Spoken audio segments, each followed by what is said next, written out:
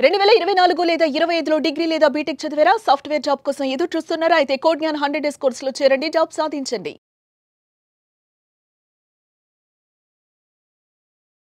Hello Anwar గారు. Hi sir. ఈ వీడియోలో ఏం చెప్తున్నారు? సో ఈ వీడియోలో సార్ మనం ఎప్పుడు కూడా అంటే ఎటువంటి ఎలా ఉండాలి, ఎలా ఉంటే మనం మేనిఫెస్టేషన్స్ అవుతాయి అనేది, అండ్ మేనిఫెస్టేషన్ అయ్యే వాళ్ళు ఎవరైనా ఉన్నారా? సో ఈరోజు సార్ విపరీతంగా అండి. లాస్ట్ టైం మనం 5th బ్యాచ్లో అయితే వచ్చిన వాళ్ళందరికీ రిజల్ట్స్ వచ్చాయి. ఒకసారి వాళ్ళు కూడా చూద్దాం సార్. లా ఆఫ్ అట్రాక్షన్ చెప్పి ఇంకో వన్ మోర్ పవర్ఫుల్ సీక్రెట్ ఏంటంటే ఆకర్షణ సిద్ధాంతం. జనరల్ గా సార్ న్యూస్ అయిపోయిన తర్వాత ఇప్పుడు ముఖ్యాంశాలు అంటారు కదా.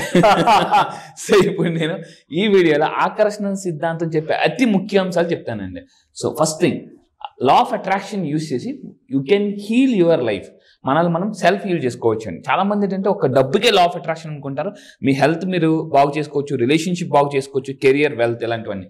సో మీరు మీ లైఫ్ని హీల్ చేసుకోవచ్చు. అండ్ రెండోది ఏంటంటే రీసెర్చ్ ఏం చెప్తుందంటే మనకు వచ్చే జబ్బులన్నిటికీ మూల కారణం మన యొక్క మెంటల్ ప్యాటర్న్స్ అండి. నేను ఆశ్చర్యపోయినమాట.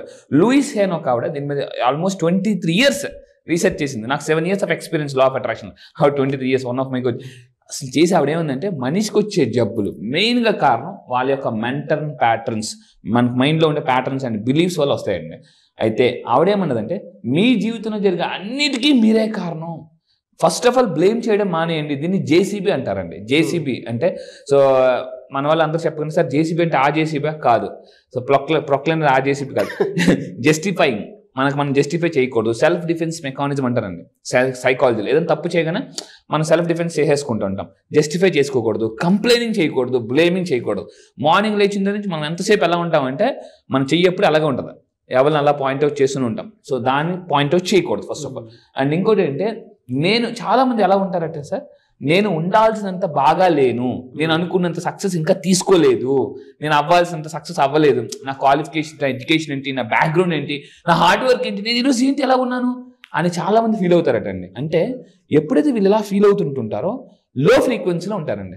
లో ఫ్రీక్వెన్సీ ఉన్నప్పుడు ఏం చేస్తారంటే చుట్టూ తెలియకుండానే లో ఫ్రీక్వెన్సీ సిచ్యువేషన్స్ని అట్రాక్ట్ చేస్తుంటారు. సో దయచేసి మీరు ఈ ఫీలింగ్లో ఉండకండి, ఈ ఫ్రీక్వెన్సీలో ఉండదు. నేను ఉండాల్సినంత బాగా లేను అని అనుకోకూడదటండి.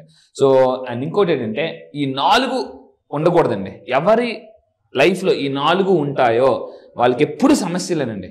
వాళ్ళ చుట్టూ ఎప్పుడు కూడా జనరల్గా మనకి మ్యాథ్స్ పుస్తకంలో అయితే అన్ని ప్రాబ్లమ్స్ ఉంటాయి. ఎవరికైతే ఈ 4 గుర్తుపెట్టుకోండి. కోపం, మీరు కోపంతో ఉన్నారా, మీరు మీ లైఫ్లో కోపంగా ఉండే పీపుల్ని అట్రాక్ట్ చేస్తారు, సిచ్యువేషన్స్ని అట్రాక్ట్ చేస్తుంటారు అనమాట. తెలియకుండానే ఏదో సిచ్యువేషన్ జరిగిపోద్దండి, కోపపడే సిచ్యువేషన్ అనమాట. అండ్ విమర్శ చేయకూడదు ఎట్టి పరిస్థితుల్లో. అపరాధ భావం అంటే గిల్టీ ఫీలింగ్ అనమాట. ఇప్పుడు జనరల్గా సార్ మనం ఎవరైనా ఒక పెద్ద సెలబ్రిటీస్ని చూడగానే వాళ్ళని ఇలా చూస్తూ లైఫ్ అంటే వాడిదే మావా, లైఫ్ అంటే మనదేం లైఫ్ మా అని ఎలా అయితే గిల్టీగా ఫీల్ అవుతుంటారో దానివల్ల కూడా లా ఆఫ్ అట్రాక్షన్ చెప్పేది అంటే ఎవ్రీథింగ్ ఈజ్ ఎనర్జీ. మీరు ఎనర్జీ, నేను ఎనర్జీ, మీరు గొప్ప, నేను గొప్ప అనే ఫీలింగ్లో ఉండాలండి law of attraction. Everybody is great. ఎందుకంటే పొలిటీషియన్ చూసి వాళ్ళు గొప్ప అనుకుంటారు, కానీ మనం ఓట్లు అయిపోతే వాళ్ళు ఉంటారా? లేదు. సో వాళ్ళు గొప్పే, మనము గొప్పే. జనరల్గా సెలబ్రిటీని చూసి వాళ్ళు గొప్ప అనుకుంటాం, మనం సినిమా చూడడం బట్టే కదా సెలబ్రిటీ అయ్యారు. సో మనము గొప్పే, వాళ్ళు గొప్ప ఫీలింగ్తో ఉండాలండి. ఈ ఆకర్షణ సిద్ధాంతం ఏం చెప్తుందంటే మీరు ఎవరికన్నా తక్కువ కాదు, మీరు ఎవరికన్నా గొప్ప కాదు. So we are all equal energy.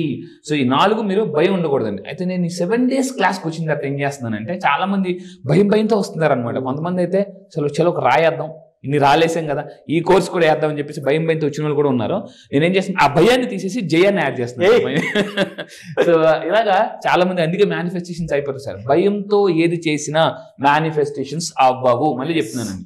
So and మీరు నాకు నిజంగా చాలా బాగా నచ్చింది ఏంటంటే ప్రతి మనిషి బాడీలో మోటివేషన్ నిలబడాలి అని అంటే ఫస్ట్ కోపం ఉండకూడదు, తర్వాత విమర్శ ఉండకూడదు, అపరాధ భావం ఉండకూడదు, భయం ఉండకూడదు.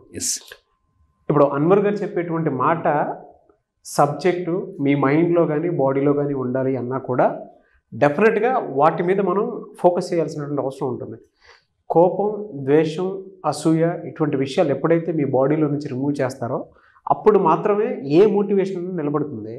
అండ్ దానితో పాటు డబ్బుకు సంబంధించినటువంటి సబ్జెక్ట్లో మీరు దూసుకు వెళ్ళిపోవాలి అని అంటే లా ఆఫ్ అట్రాక్షన్ త్రూ ముందుకెళ్ళాలి అని అంటే అన్వర్ గారు చెప్పినట్లు అవి మాత్రం డెఫినెట్గా ఉండకూడదు. సమస్యలు వచ్చాయి, వాటి వల్ల వచ్చాయి. అంతే సార్. నాకు చాలా బాగా నచ్చిందండి ఇది. నిజంగా నేను పర్సనల్గా కూడా నేను బాగా బిలీవ్ చేస్తాను వీటిని. Exactly sir. Thank you so much Anwar గారు. Thank you sir. మీరు ఒక మాట అన్నారు దూసుకుపోవాలని. నేను మళ్ళీ చెప్తున్నానండి, నా ట్రైనింగ్కి వస్తే సర్దుకుపోవడం కాదు దూసుకుపోవడం ఎలా చెప్తానండి. సో చాలా మంది చెప్పే సెషన్స్ చెప్తాను, సర్దుకుపోవద్దు లైఫ్. చాలా మంది ఏమంటారంటే, నాయన మనం మిడిల్ క్లాస్ పర్సన్స్, నాయన మనసు ఎంత ఉంటే అంతే కాల్ చెప్పాలి. సర్దుకుపోవద్దండి, దూసుకుపోవడం ఎలా అనేది నేను 7 days క్లాసెస్ నేర్పిస్తాను. మనలో అందరూ ఇప్పుడు ఏటీఎంస్ అయిపోయారు సార్. ఏటీఎంస్ అంటే ఎప్పుడు ఏటీఎంలో ఎలా అయితే డబ్బు ఉంటుందో మన వాళ్ళ దగ్గర ఎప్పుడు డబ్బు ఉంటూనే ఉంటుంది అనమాట. అయితే నేను కోపం గురించి ఎగ్జాంపుల్ చెప్తానండి. ఒక అతను ఇంట్లో సడన్గా కోపడ్డాడు వాళ్ళ వైఫ్ మీద. ఇప్పుడు ఏమవుతుంది, లా ఆఫ్ అట్రాక్షన్ ఏం చెప్తుందంటే, మీరు ఏ ఎమోషన్తో ఉంటారో ఆ ఎమోషన్స్ నా రోజంతా అట్రాక్ట్ చేస్తుంటారు. అతను ఇంట్లో వైఫ్ మీద కోపడ్డారు. సడన్గా ఆఫీస్కి వెళ్ళినప్పుడు వెళ్ళే దారిలో ఏమవుతుందంటే, ఏ యాక్సిడెంట్ అవ్వచ్చు, వేరే వాళ్ళు వచ్చి గుద్దివచ్చు. ఎందుకు? కోపడి సిచ్యువేషన్ ఇంకొకరిని అట్రాక్ట్ చేస్తుంటామంట. బ్యాంక్లో 10 లక్షలు వడ్డీ వేసాం, బ్యాంక్లో ఒక 10 లక్షలు డబ్బులు వేసాం అనుకోండి సార్, 10 లక్షలే ఉంటాయా, వడ్డీ కూడా యాడ్ అయ్యి వస్తుంది. మనం కోపం ఎమోషన్ కానీ మన మైండ్లో వేస్తే కోపంతో చక్రవడ్డీ, బారు వడ్డీ అన్ని వడ్డీలు కలిపి వచ్చేస్తుంటాయి అనమాట. సో అదే ఇంకోటి ఏంటంటే, చాలా మంది ఇలా అనుకుంటారటండి.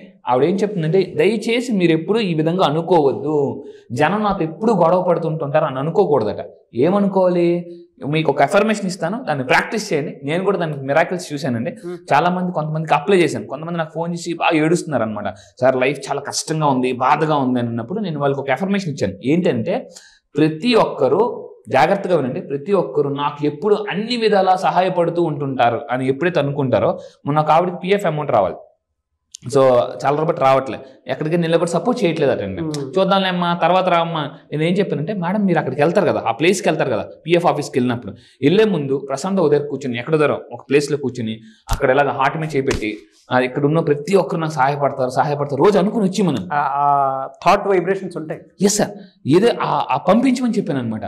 పంపిస్తే ఏమైందంటే, కొన్ని రోజుల తర్వాత వాళ్ళే ఫోన్ చేసి, మేడం మీకు రావాల్సిన పిఎఫ్ అమౌంట్ మేము క్లియర్ చేస్తున్నాం, రేపు మీ అకౌంట్లో పడిపో. ఫ్యాంటాస్టిక్. సో అదే అండి, ఇది అఫర్మేషన్ ప్రతి ఒక్కరు ప్రాక్టీస్ చేయండి, మీకు అన్ని మంచి జరుగుతాయి. అయితే అండి, చాలా మంది ఎలా అని ఏమనుకుంటారు, నేను ఎప్పుడు చూసినా ఏ పని సరిగ్గా చేయను అనుకుంటారండి. వాళ్ళని తిట్టుకుంటారు. ఏంటంటే, టైంకి వెళ్ళాలనుకుంటారు, లేట్ అయిపోయి ఈ రోజు కూడా టైంకి వెళ్ళలేదు ఏమిట్రా అని వాళ్ళని తిట్టేసుకుంటారండి. బయటికి మాత్రం సరే ఏదో ఒకటి కవర్ చేసుకుంటూ ఉంటారు అనమాట. అంటే వాళ్ళు బయటికి సంతోషంగా ఉంటుంటారు కానీ వాళ్ళు తిట్టుకుంటుంటారు అనమాట. ఇందాక మనం చెప్పినట్టు ఏంటంటే, అపరాధ భావం అది ఉండకూడదు. నేను ఎప్పుడు చూసినా ఈ పని ఎప్పుడు మనం తిట్టుకుంటాం అంటే, ఒంటరిగా ఉన్నప్పుడు తిట్టుకుంటారు, ఒంటరిగా ఉన్నప్పుడు భయంకరంగా తిట్టుకుంటారు. నేను ఎప్పుడు చూసినా ఈ పని సరిగ్గా చేయాలి, ఇదంతా నా తప్పే, నేను ఎప్పుడు ఇంతే అని. ఎప్పుడైతే మీరు బాడీ లాంగ్వేజ్ యూజ్ చేసుకోవడం తిట్టుకుంటారో, మైండ్ వెంటనే కనెక్ట్ అయిపోతుంది సార్. సో అదే. అండ్ ఇంకోటి అంటే, ఇలాంటి వాళ్ళు అందరూ ఏం చేయాలంటే, ఒక అఫర్మేషన్ ఇస్తున్నాను, నేను అందరినీ ఇష్టపడతాను, అందరూ నన్ను ఇష్టపడతారు. మళ్ళీ చెప్తాను, ప్రతి అఫర్మేషన్ ఎప్పుడైతే బాడీ లాంగ్వేజ్ యూజ్ చేసి ట్రై చేస్తారో అది అద్భుతంగా కనెక్ట్ అయిపోతుంది సబ్ కాన్షియస్ మైండ్కి. సో ఈ అఫర్మేషన్ చేయడం వల్ల కూడా ఏంటంటే, ఈవిడ ఏం చెప్తుందంటే, ఎప్పుడైతే అఫర్మేషన్ చేస్తారటండి, మీ ఇంట్లో మీ లైఫ్ పార్ట్నర్ కూడా మిమ్మల్ని ఇష్టపడడం మొదలు పెడతారట. చాలా మిరాకిల్ అండి ఇది, నిజంగా మామూలుగా కాదు. నేనైతే ఆశ్చర్యపోయాను అనమాట. ఇలా కూడా జరుగుతుంది. ఎందుకంటే మన దగ్గరకు ఒక క్లయింట్ వచ్చారండి, వాళ్ళ వైఫ్తో కొంచెం డిస్ప్యూట్ అవుతున్నాయి. నేను ఏం చెప్పానంటే, ఒక అఫర్మేషన్ వాడమని చెప్పాను. ఎలా సార్ అని, ఈ రోజు నుంచి మా వైఫ్ నన్ను చాలా ఇష్టపడుతుంది, నేను కూడా మా వైఫ్ని ఇష్టపడుతుంది. అంటే, సార్ మా వైఫ్కి నేను చూస్తేనే కోపం సార్ అంటే, ఏం పర్లేదండి, ఫస్ట్ సెండ్ లవ్. మీరు మీ వైఫ్కి లవ్ ఎనర్జీ పంపించండి. జనరల్గా పెళ్ళిన కొత్తలు ఎలా ఉంటారు సార్, వీళ్ళు ఎక్కడ ఉంటారు కానీ మా ఆలోచన వెళ్ళిపోతుంటూ ఉంటాయి అనమాట. సో అదే విధంగా అంటే, చాలా మంది తప్పు ఏంటంటే, పెళ్ళిన కొత్తలో డార్లింగ్ బంగారం అంటే తర్వాత బూచి అంటారు. సో ఇలాంటి పదాలు కూడా మానేయాలండి. సో ప్రేమగా పిలిస్తే తర్వాత గసురుతో పిలుస్తుంటారు. అలాంటి కోపడి అలాంటివన్నీ మానేస్తే మీకు లైఫ్లో అన్ని ఇష్టపడేలా వస్తాయి. అందుకే మనకి మిర్చి సినిమాలో ప్రభాస్ అంటాడు, డోట్ పోయేదేమండి, తిరిగి ప్రేమిద్దాం డోట్, మళ్ళీ వాళ్ళు తిరిగి ప్రేమిస్తారంటాడండి. అంటే ప్రేమని ఇస్తుంటే వాళ్ళు కూడా ప్రేమని మనకు వస్తుంటుంది. అండ్ ఇది యూనివర్సల్ ఒక పవర్ ఉంటుంది సార్. ఏంటంటే, ఎప్పుడు కూడా యూనివర్సల్ పవర్ ఏంటంటే, మీరు ఏది కోరుకున్నారా అది తప్ప రైటా చూడదు. అవును, జనరల్గా అంటే దానికి మీకు తీర్పు చెప్పదు అనమాట. అందుకే చెడ్డ వాళ్ళ దగ్గర డబ్బు ఉంటుంది, మంచి వాళ్ళ దగ్గర కూడా డబ్బు ఉంటుంది. నన్ను అవుతున్నారు, ఏమిటండి అన్నవర్ గారు, మంచి వాళ్ళ దగ్గర డబ్బు లేదు, చెడ్డ వాళ్ళ దగ్గర డబ్బు ఉంటుందంటే, నేను చెప్పానంటే, డబ్బు ఎవరిని కోరుకుంటే వాళ్ళ దగ్గరికి వెళ్తుంది అని చెప్పానండి. దానికి డబ్బు న్యూట్రల్, డబ్బు హ్యాస్ నో ఎమోషన్స్. అదేవిధంగా ఇక్కడ ఆకర్షించిందంటే, మీ నమ్మకమే మీ వాస్తవం. ఏదైతే నమ్ముతారో అదే వాస్తవ రూపంలో మీ దృష్టిలోకి వస్తుందండి. సో అది. అండ్ ఇంకోటి అంటే, మీరు కష్టాలు, ఇది సూపర్ పాయింట్ సార్, మీరు కష్టాల నుంచి విముక్తి పొందాలంటే క్షమించడం నేర్చుకోవాలండి. ట్రూ అండి అసలు. అందుకే నేనేం చెప్తాను సార్, ఆర్ట్ ఆఫ్ లివింగ్ అంటే ఆర్ట్ ఆఫ్ ఫర్గివింగ్. అసలు మీరు బతకాలి అంటే క్షమించడం నేర్చుకోవాలి. క్షమించడం అలా ఇప్పుడు ఈ పాయింట్ని అలా పట్టుకున్నాను అనుకోండి సార్, పెద్ద బరువు అనిపించదు. అలా గంటలు పట్టుకున్నాను అనుకోండి, నా చెయ్యి నొప్పి వస్తుంది అబ్బా అనిపిస్తుంది. అంటే బరువు ఇదే.